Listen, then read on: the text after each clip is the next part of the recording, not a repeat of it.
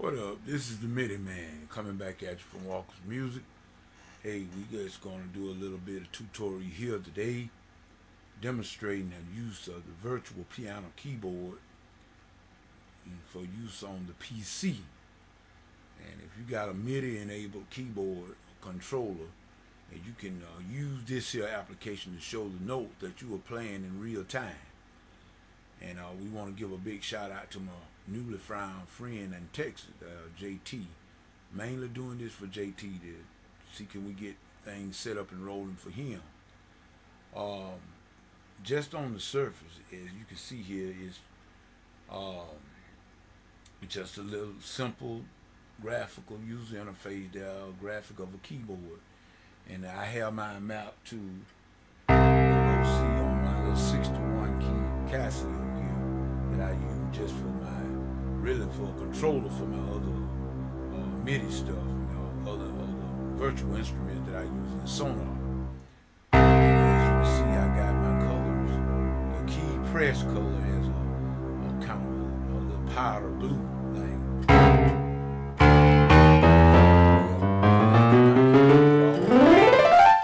Real time. Now I'm playing a high C there, and it doesn't go no further than that B there, so it only leaves out one note. So we wouldn't even worry about that. So now to get this set up, now JT, the way I have mine. So I go here, I click on Edit, and then I first want to do my connection to make sure that my MIDI keyboard is talking to the program. So I click on Connections, and then I enable MIDI input. Put a check mark there, and you can enable MIDI through or MIDI output if you want to. And otherwise, I just went on and checked it anyway. And then I have my input MIDI connection, which is my Sound Blaster Live card on this PC in here. I have a Sound Blaster Live card. I've been trusty old Sound Blaster Live, and had it about 10 years, and it still worked just great. And so I got that as that MIDI port to come into this here program, and the output MIDI connection. I'm using the software synthesizer of Sound Blaster card as the output, so therefore I can hear what being played. I could have easily chosen synth A, or I could have chosen synth B.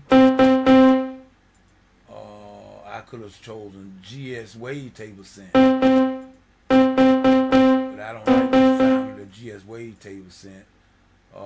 We can go back. Let's try synth B. Synth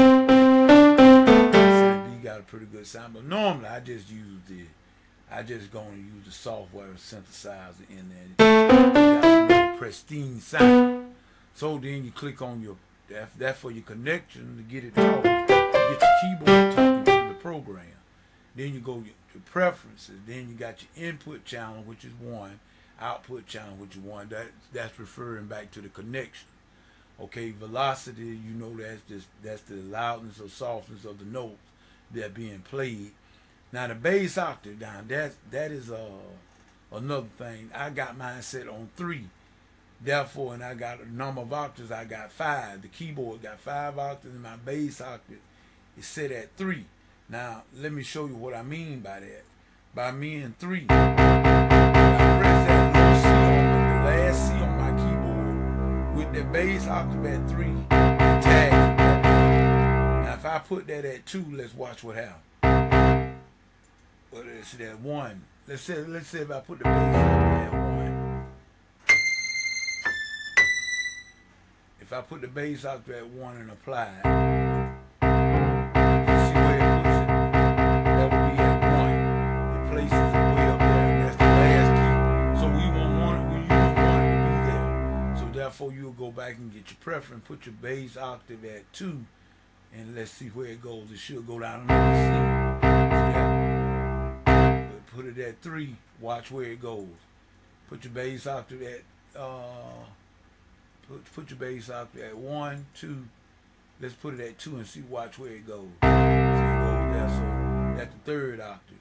Right there. So I always put mine at 3 for a 6-to-1 key, and that would take care of it. Now put that my last key on my keyboard, bass C.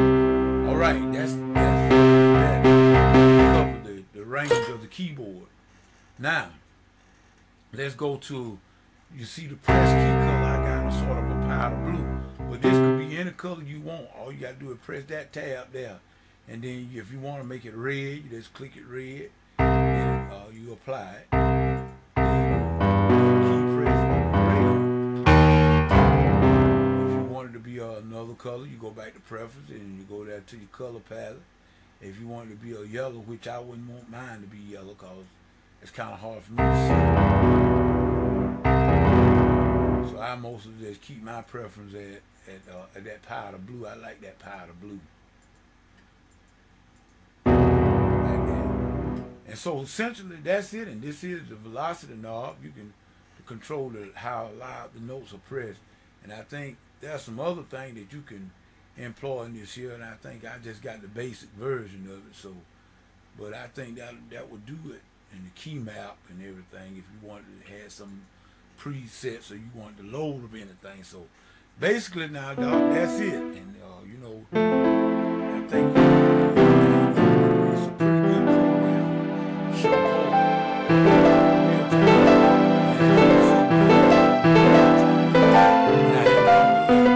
whatsoever. So we hope that to be a blessing to you, and hopefully you'll get it to work and everything. Just if anybody have any questions about using this thing, then hit me up at batmatt at hotmail.com. That BATMATT at hotmail.com. Peace.